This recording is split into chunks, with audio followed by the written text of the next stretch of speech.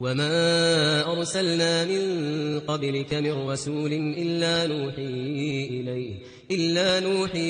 إليه أنه لا إله إلا أنا فاعبدون۔ دوسرا نقطہ اس باب سے متعلق یہ بتانا ہے کہ توحید کی دعوت جب آدمی دیتا ہے لوگوں کو، جو ہم داعی جس کو کہتے ہیں، الداعی الی اللہ، دعات، تو ایک دعوت دینے والے شخص کے لیے توحید کی دعوت دیتے ہوئے کن آداب کا خیال کرنا ہے، ان آداب کا بھی ذکر مؤلف رحمۃ اللہ علیہ نے اس باب میں بڑے بہترین انداز میں بیان کیا ہے۔ میں پوائنٹ کی شکل میں بیان کروں گا۔ نمبر 1، اخلاص ہو، ایک داعی کے پاس اخلاص الہیت ہو۔ اللہ تعالیٰ نے قرآن میں فرمایا قل هذه سبیلی ادعو الی اللہ، اے نبی آپ کہہ دیں یہ میرا راستہ ہے، میں اللہ کی طرف بلاتا ہوں۔ کیا معلوم ہوا اس سے معلوم ہوا کہ ایک داعی کو صرف اللہ تعالیٰ کی طرف بلانا ہے، اللہ کی وحدانیت کی طرف بلانا ہے، اپنی شخصیت کو لوگوں کے سامنے ظاہر کرنا، اپنا تعارف کرانا، اپنے شہرت کے لیے دعوت الی اللہ کو آڑ بنانا، اپنے آپ کو بڑا علامہ اور بڑا داعی کہلوانے کے لیے دعوت پیش کرنا، یہ سراسر اخلاص کے خلاف ہے۔ اسی طرح ایک آدمی اللہ تعالیٰ کی دعوت دینے کے بجائے، توحید کی طرف بلانے کے بجائے کسی شخصیتوں کی طرف بلائے، کسی جماعت کی طرف بلائے، کسی باطل گمراہ فرقوں کی طرف بلائے، یہ سب اخلاص کے منافی ہے، ادعو الی اللہ کے منافی ہے۔ قل هذه سبیلی ادعو الی اللہ۔ تو نمبر 1، داعیوں کے لیے اخلاص الہیت اپنانا ہوگا دعوت دینے کے لیے۔ نمبر 2، دعوت الی اللہ دینے سے پہلے علم اور یقین ہو، معرفت ہو، دین کی معرفت ہو، جس چیز کی وہ دعوت دے رہا ہے اس کی معرفت اس کو ہو، اس کے پاس علم ہو۔ علم کے بغیر دعوت دینا یہ گمراہی ہے، یہ گمراہی۔ آج بہت سارے لوگوں کے پاس دعوت الی اللہ کا بڑا شوق ہوتا ہے، لیکن جب ہم توحید کی معرفت حاصل کرنے کی بات کرتے ہیں، دین علم سیکھنے کی بات کرتے ہیں، وہاں کوئی ان کی دلچسپی نہیں ہوتی، وہاں کوئی جو ہے ان کی نشاط نظر نہیں آتی۔ ہاں سب سمجھ لیا ہے دین کو، اب بس دعوت کا کام کرنا ہے، فیلڈ میں اترنا ہے۔ کتنے ایسے لوگ ہیں جن کو لا الہ الا اللہ کا معنی نہیں معلوم، آج دعوت الی اللہ کا کام کرنا، یہ غلط بات ہے، یہ بالکل سراسر قرآن مجید کی اس آیت کے خلاف ہے۔ اللہ تعالیٰ نے قرآن میں فرمایا قل هذه سبیلی ادعو الی اللہ علی بصیرہ، اللہ کے نبی نے کہا میرا راستہ ہے، میں اللہ کی طرف بلاتا ہوں، بغیر علم کے نہیں بلاتا، علی بصیرہ، بصیرت کی بنیاد پر، علم و معرفت کی بنیاد پر بلاتا ہوں۔ تو دوسری شرط داعی الی اللہ کے لیے ضروری ہے کہ وہ دین کا علم، توحید کا علم حاصل کرے، اس کے بعد دعوت دے۔ نمبر 3، نبی کریم صلی اللہ علیہ وسلم کے اسوے کو، نبی صلی اللہ علیہ وسلم کے دعوت کے طریقے کو اپنی دعوت میں لے آئے، اپنی دعوت کو نبی صلی اللہ علیہ وسلم کے اسوے کے مطابق، نبی صلی اللہ علیہ وسلم کے دعوت کے طریقے کے مطابق دعوت دے۔ کیوں؟ اس لیے کہ ہر وہ طریقہ جو نبی صلی اللہ علیہ وسلم کے طریقے کے مطابق نہ ہو وہ غلط دعوت ہے، وہ دعوت بدعت میں شمار ہوگی۔ اسی لیے ایک داعی الی اللہ کے لیے ضروری ہے نبی صلی اللہ علیہ وسلم کی سیرت کو پڑھے جانے، نبی صلی اللہ علیہ وسلم نے جیسے دعوت کا کام کیا اس طریقے کے مطابق دعوت الی اللہ کا کام کرے۔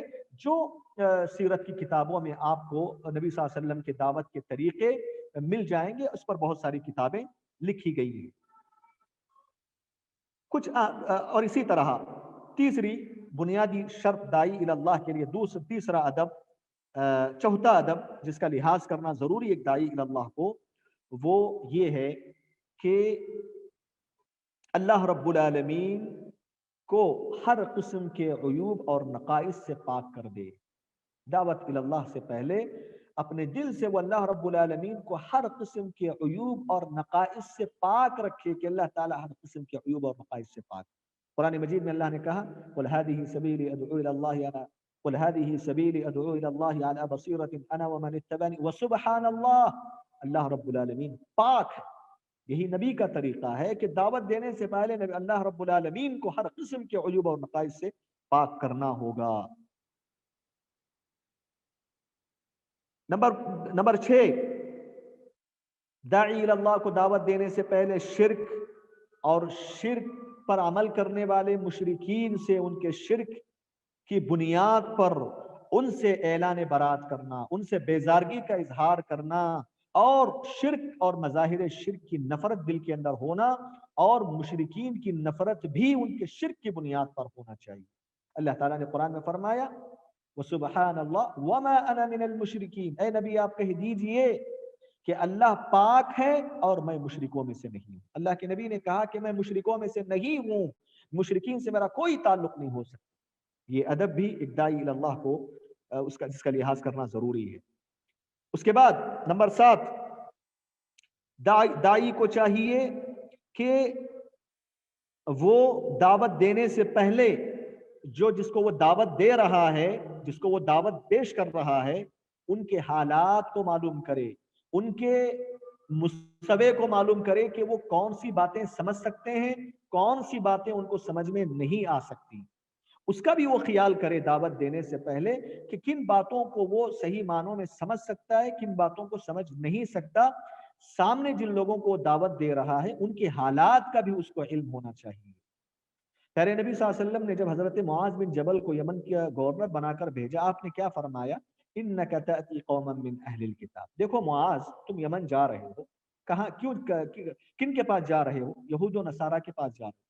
نبی صلی اللہ علیہ وسلم نے معاذ سے کہہ دیا کہ دیکھو معاذ، تمہارا مدعو جس کو تم دعوت دینے جا رہے ہو وہ کوئی دوسرا آدمی نہیں بلکہ اہل کتاب ہے۔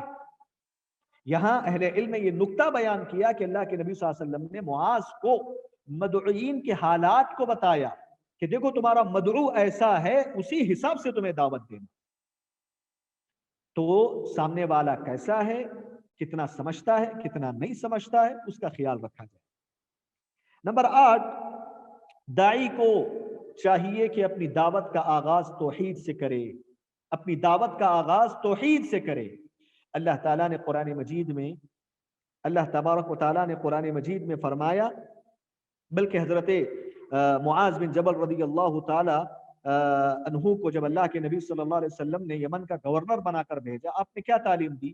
فَلْيَكُنْ أَوَّلَ مَا تَدْعُوهُمْ إِلَيْهِ إِلَىٰ أَن يُوحِّدُوا اللَّهَ، اے معاذ جا رہے ہو، سب سے پہلے تمہاری دعوت کا آغاز توحید سے ہونا چاہیے۔ نماز کے بارے میں مت بتاؤ، زکوٰۃ کے بارے میں مت بتاؤ، پہلے توحید کی تعلیم دو، توحید کی دعوت دو۔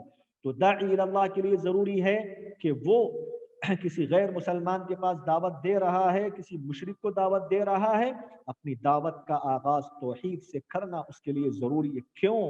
اس لیے کہ اس سے پہلے آپ نے سنا جتنے بھی عبادتیں ہیں توحید کے بعد، ان تمام عبادات کا دار و مدار توحید پر رکھا گیا۔ ایک آدمی کے پاس توحید ہی نہیں ہے، نماز پڑھنے کا کیا فائدہ، زکوٰۃ دینے کا کیا فائدہ؟ اسی لیے پیارے نبی صلی اللہ علیہ وسلم کی تعلیم یہی ہے کہ ایک داعی کو اپنی دعوت کا آغاز توحید سے کرنا چاہیے۔ نمبر 9، داعی کو چاہیے، یہ بہت اہم بات ہے، داعی کو چاہیے کہ کبھی اس کی نظر عدد پہ نہ رہے، کبھی اس کی نظر تعداد پہ نہ رہے، اس کی نظر تعداد پہ نہ رہے۔ کیا مطلب اس کا؟ داعی جو دعوت دے رہا ہے توحید کی، اللہ تعالیٰ کی طرف بلا رہا ہے، اس کو یہ نہیں دیکھنا چاہیے کہ اس کی دعوت کو کتنے لوگ قبول کر رہے ہیں، کتنے لوگ قبول نہیں کر رہے۔ سبحان اللہ، ہم اپنے مشائخ اور بڑے بڑے علماء سے یہ بات سنی ہے، کوئی شخص توحید کی دعوت دیتا ہے، لوگوں کی تعداد کی وجہ سے اس کی دعوت توحید میں چستی پیدا ہوتی ہے، اور لوگوں کے کم ہونے کی وجہ سے اس کی دعوت میں کمی آتی ہے، سمجھ لو اس کی دعوت اخلاص سے خالی ہے۔ یہ بہت بڑی بات ہے۔ ارے ایک بندہ ہی رہے، آپ کی چستی میں کمی نہیں آنا چاہیے دعوت دیتے ہوئے۔ ایک آدمی سن رہا ہے توحید کی دعوت، آپ ویسے ہی پیش کریں جیسے آپ ہزاروں لوگوں کے درمیان پیش کر رہے ہیں، کیونکہ عدد کا کوئی اعتبار نہیں ہے اسلام میں۔ پیارے نبی صلی اللہ علیہ وسلم نے حضرت علی سے کیا کہا تھا؟ لَأَن يَهْدِيَ اللَّهُ بِكَ رَجُلًا وَاحِدًا خَيْرٌ لَكَ مِنْ حُمُرِ النَّعَمِ۔ آپ نے کہا تھا کہ اے علی، اللہ رب العالمین نے تمہارے ذریعے ایک آدمی کو ہدایت سے نواز دیا تو تمہارے لیے 100 سرخ اونٹ سے زیادہ بہتر ہے۔ عدد کو دیکھنا نہیں ہے ہم کو بس پہنچانا ہے، سامنے والا چاہے ایک ہو، دو ہو، ہم کو بس توحید کی دعوت کو عام کرنا ہے۔ یہ داعی کو جس کا لحاظ کرنا بہت ضروری ہے وہ تعداد کو نہ دیکھے بلکہ اپنی دعوت پر فوکس کرے، اپنی دعوت کو مقصد بنائے اور دعوت اللہ کا کام کرتا رہے۔ اسی طرح آخری جو داعی کے لیے ادب بتایا گیا اس باب میں، شیخ نے جو مؤلف رحمہ اللہ نے اشارہ کیا وہ یہ ہے کہ دعوت دیتے ہوئے آدمی کو حکمت کے ساتھ دعوت دینا چاہیے، حکمت کو اپنانا۔ حکمت کیا ہے؟ حکمت کے دو معنی ہیں۔ حکمت کا پہلا معنی امام ابن باز رحمہ اللہ نے ذکر کیا، الادلۃ المقنعۃ الواضحۃ الکاشفۃ للحق الداحضۃ للباطل۔ کیا کہتے ہیں؟ ایسے دلائل جو سامنے والے کو بس کرنے والے، سامنے والے کو قانع کرنے والے ہوں، سامنے والے کو اطمینان کرنے والے دلائل اس کے پاس ہوں اور واضح دلائل ہوں، ایسے دلائل جو حق کی تائید کرنے والے، باطل کا ابطال کرنے والے، باطل کو ختم کرنے والے دلائل، باطل کا رد کرنے والے دلائل۔ الدلائل الواضحۃ المقنعۃ الکاشفۃ للحق الداحضۃ للباطل، یہ ہے حکمت۔ اسی لیے قرآن مجید میں اللہ تعالیٰ نے حکمت کا، بعض اہل علم کی تفسیر کے مطابق وہاں حکمت سے مراد پیارے نبی صلی اللہ علیہ وسلم کی احادیث ہے، سنت مطہرہ ہے۔ معلوم یہ ہوا کہ آدمی نبی صلی اللہ علیہ وسلم کے طریقے اور آپ کی سنت کے مطابق دعوت دے، جس کو حکمت کہا جاتا ہے، جس کے پاس دلائل ہو۔ دوسرا مطلب حکمت کا اہل علم نے بیان کیا کہ دعوت دیتے ہوئے نرمی ہونا چاہیے آدمی کے پاس، نرمی کے ساتھ اور حکمت کے ساتھ، اور اس کے اندر شدت نہیں ہونا چاہیے۔ اس طرح وہ نرمی کے ساتھ سامنے والے کو توحید کی طرف بلائے۔ اور آخری بات داعی اللہ کے لیے ضروری ہے کہ وہ یہ کہ دعوت دیتے ہوئے جو اس کی زندگی میں مصائب آتے ہیں دعوت اللہ کے راستے میں، اس پہ صبر کا مظاہرہ کرے۔ یہ دیکھیں سبحان اللہ، مؤلف رحمۃ اللہ علیہ نے اس باب میں جن آیات کا انتخاب کیا ہے، باب الدعاء الی شہادت لا الہ الا اللہ، وہ پورے احادیث اور آیات کو آپ پڑھیں گے تو یہ سارے کے سارے آداب آپ کو نظر آئیں، بس غور کرنا۔ یہی ہے اصل خصوصیت مؤلف رحمہ اللہ کی، جو فقاہت میں نے کہا ان کے ابواب میں جھلکتی ہے۔ اور مزید ویڈیوز کو دیکھنے کے لیے آپ ہمارے یوٹیوب چینل کو سبسکرائب کریں۔ فجزاکم اللہ خیرا۔ الدعوة نور وضاء تجلو ظلمات الحيران، منهج خير الناس جميعا لا يبلى عبر الأزمان. الدعوة نور وضاء تجلو ظلمات الحيران، منهج خير الناس جميعا